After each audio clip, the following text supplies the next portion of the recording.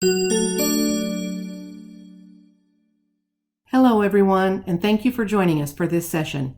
It is my pleasure to welcome you to Session 1 of the 2020 International Nurse Researcher Hall of Fame.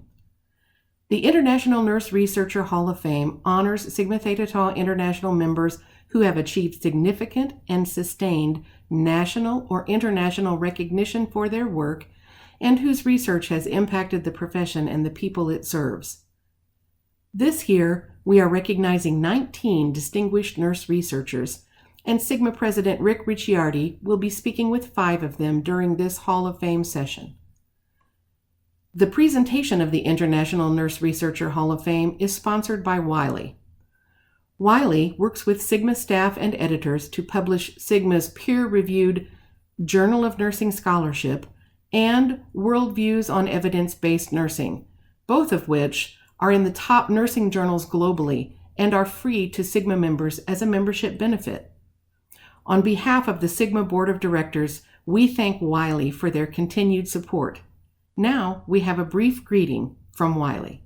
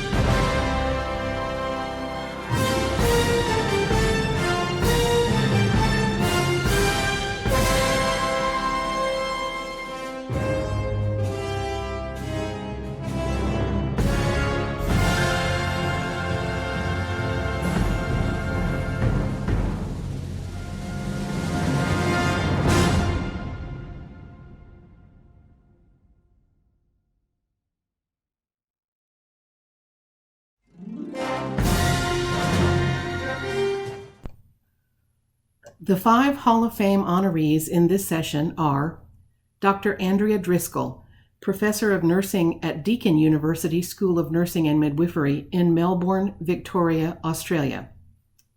Dr. Bridget Gillespie, Professor of Patient Safety at the School of Nursing and Midwifery, Griffith University and Gold Coast University Hospital in Queensland, Australia. Dr. Jen Juen Liao, Professor and Dean, National Defense Medical Center School of Nursing in Taipei, Taiwan. Dr. Chia Chen Lin, Head of School and Alice Ho Mu Ling Nethersole Charity Foundation Professor in Nursing at the University of Hong Kong School of Nursing. And Dr. Alice Yuen Lok, Professor and Associate Head of Postgraduate Education in the School of Nursing at the Hong Kong Polytechnic University. Full biographies for all our honorees are available in the Honorees and Award Recipients booklet in the Resources area of the conference website. I encourage you to read about the outstanding work of these researchers. Now, it is my pleasure to introduce Sigma President Rick Ricciardi as he talks with our honorees. Enjoy the conversation. It's a great pleasure for me to be here with these incredible researchers. And it's really a dynamic time for me to be president and to interview such prestigious and accomplished researchers that we have tonight.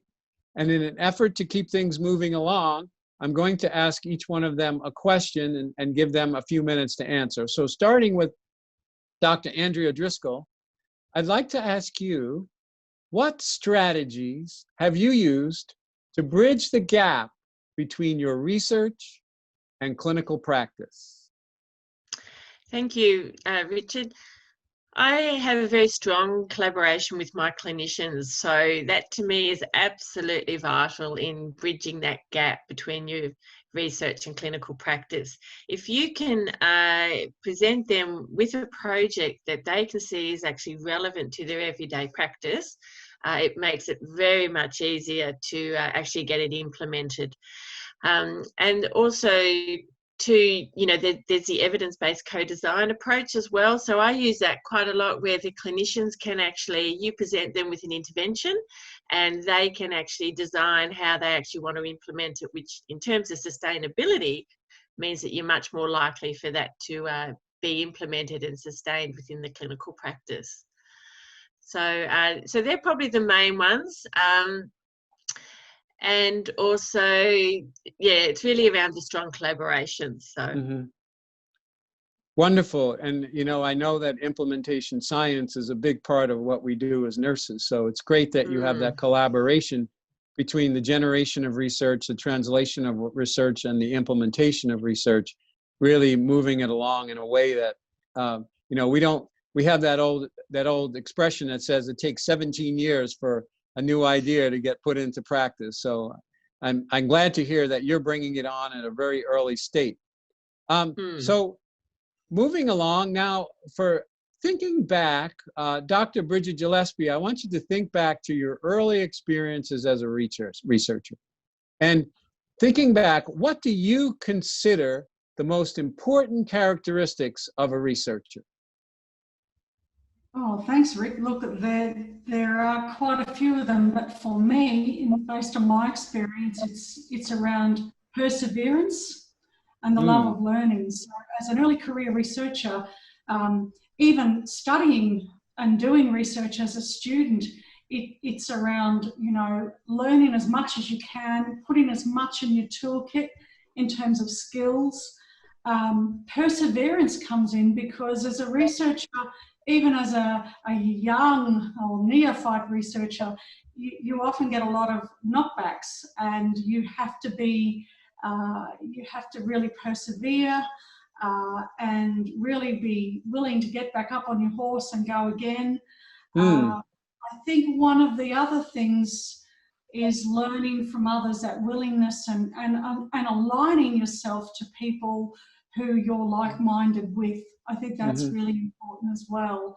So I guess, and identifying your mentors early is very important, because you're going to be learning from that person. But I think essentially a love of learning is most important. Wonderful. I love all of those topics. And I do believe perseverance is critical, because even the greatest of researchers doesn't always get what they want every time.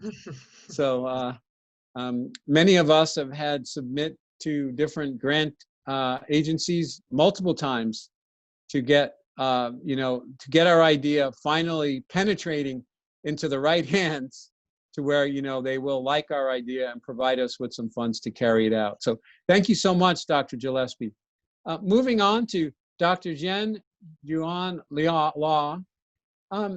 When you're thinking about your team and putting a team together for a research team, what criteria or characteristics do you consider in determining who to include on and in your research team?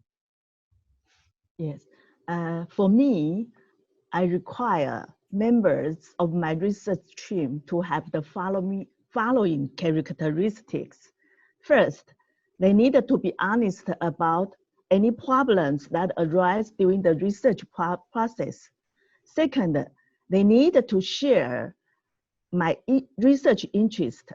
And third, they must be persistent to solve research problem, and the resilience will be needed to face frustration and move forward. I also expect that my team member to have the experience necessary for assuming research tasks and to be collaborative. This quality allows team members to contribute their knowledge, experience, and expertise to my research team.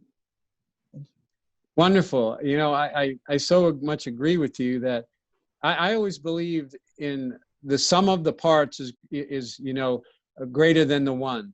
So in bringing a research team together, what you're trying to do is bring in multiple perspectives and multiple ways of approaching the research question and or the aims of the study, so that you don't miss any gaps or miss any opportunities to interpret the research in a way that you're not seeing. So I totally agree with that, and I can tell you that many times I have not seen things from the data or from either the qualitative or the quantitative data that other members of my team are looking at, and they see it immediately. They're like, how could you not see that? So it's wonderful. It's wonderful. I'm going to address this question to Dr. Alice Yuan Loke.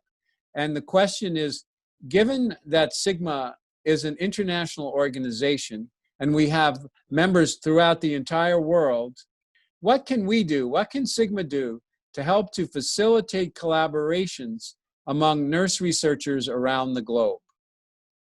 Yeah, I would like to see that Sigma actually to establish a school of all the Hall of Fame inductees to start off. I know that just in this induction, we do have 19 international scholars all around the world. Sigma can actually facilitate our research collaborations across these different countries that we come from. And I think in this collaboration, we actually could also involve the young emerging nurse researcher together from our own country as mentor and mentee pairs, and work in this Hall of Fame collaborative research. And of course, I think this also will require Sigma to look into a possibility to provide research funding to support the Hall of Fame nurse researcher to conduct collaborative research together. Thank you. A wonderful opportunity for us to collaborate. Dr. Chia Chin Lin, I'd like to ask you, and because my call to action is about infusing joy. And I think as a researcher, it's hard work and very much persistence. Can you, on a lighter note, tell us about the funniest and most interesting experience you've had as a researcher? And that's to Dr. Chia Chin Lin. Yeah, well, actually, I was hoping I would not get this question. This is the most difficult one for me to answer. Well, if I recall my experience as a researcher, I think the most memorable experience will be when I was a novice researcher. That means when I was a doctoral student doing my data collection for my dissertation. And I think for many doctoral students, I think the data collection part could be the most challenging process during working on their degree. So for me especially, I was a foreign student and coming from a different culture, different country, and to do the data collection in the US. So it's quite difficult and quite challenging to get approach the patients. So every time when I walk into the clinic, it was always nerve-wracking, and I have to take a deep breath to approach the and to invite the patient to join my study. So at the first several patients, there was really a frustrating experience. I couldn't get enough patients for me to complete my study. So I started kind of having the crying face every time when I walk into the clinic. And the nurse immediately noticed and asked me what help she can offer. And I said, well, I cannot go back home until I have enough patients to complete my study. So she started helping me and told every patient that, well, this poor girl needs to go home. So let us help her to complete the study. So it turned out that every patient is very, very helpful and very kind to join my study. And every time I walk into the clinic and everyone asks me, oh, when can you go back home? Do you have enough? Otherwise, I can try to get more patients for you. So yeah, the study went really well, and I completed my study in time, and I went back home earlier than I expected. So yeah, that was a really a very sweet, very fun experience for me. Yeah. Oh, thank you so much for sharing. I'm sorry that I gave you the one that you didn't want, but you did a great job. You did a fabulous job in answering it. So thank you so much. I believe we have a few minutes left because you guys were just so wonderful in being concise that, you know, you're researchers, you know how to practice brevity and conciseness. So we have a few minutes. So going back, let's think about in maybe 5 or 10 words, thinking about novice researchers, because at this conference, at this meeting that's coming up, we'll have a lot of novice researchers there. So in thinking about 5 or 10 words, starting, let's start with you, Dr. Chia-Chin Lin, because I gave you a tough one, so we'll start with you. And this may be one that you would like to answer. What advice, in 5 or 10 words, what advice would you give to novice nurse researchers and they're just starting out? What advice would you give them? All right, so I will give a few words. The first one is staying focused. They have to find an area that they are truly interested and passionate, and stay focused in that area and don't jump from A to B or C frequently. And the second word is they have to be passionate about their research area. The third is always remember having integrity. That is a very, very important trait. And being a team player.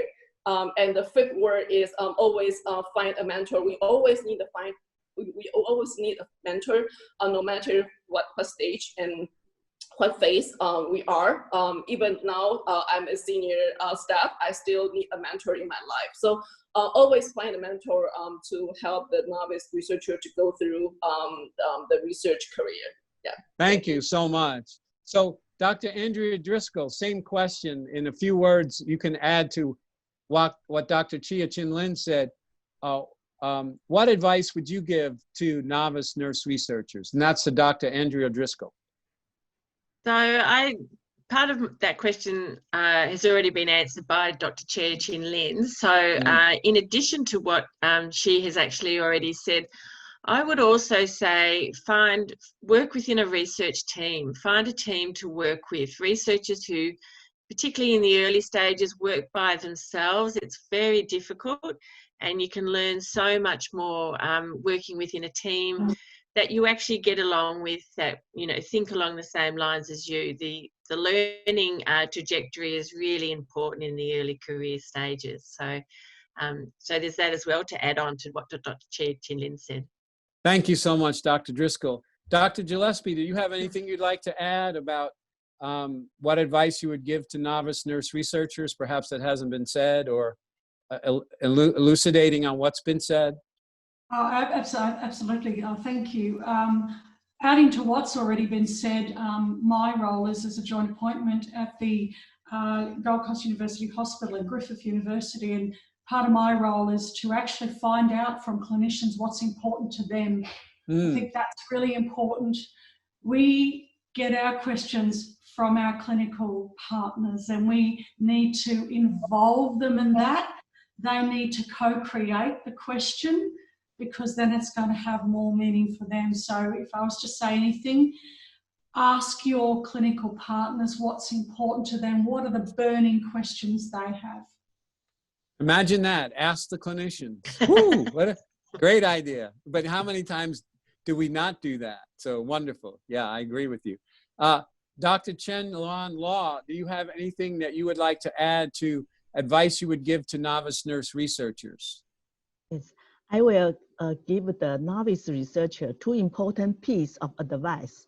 The first, and the very important strategy is to find a good mentor.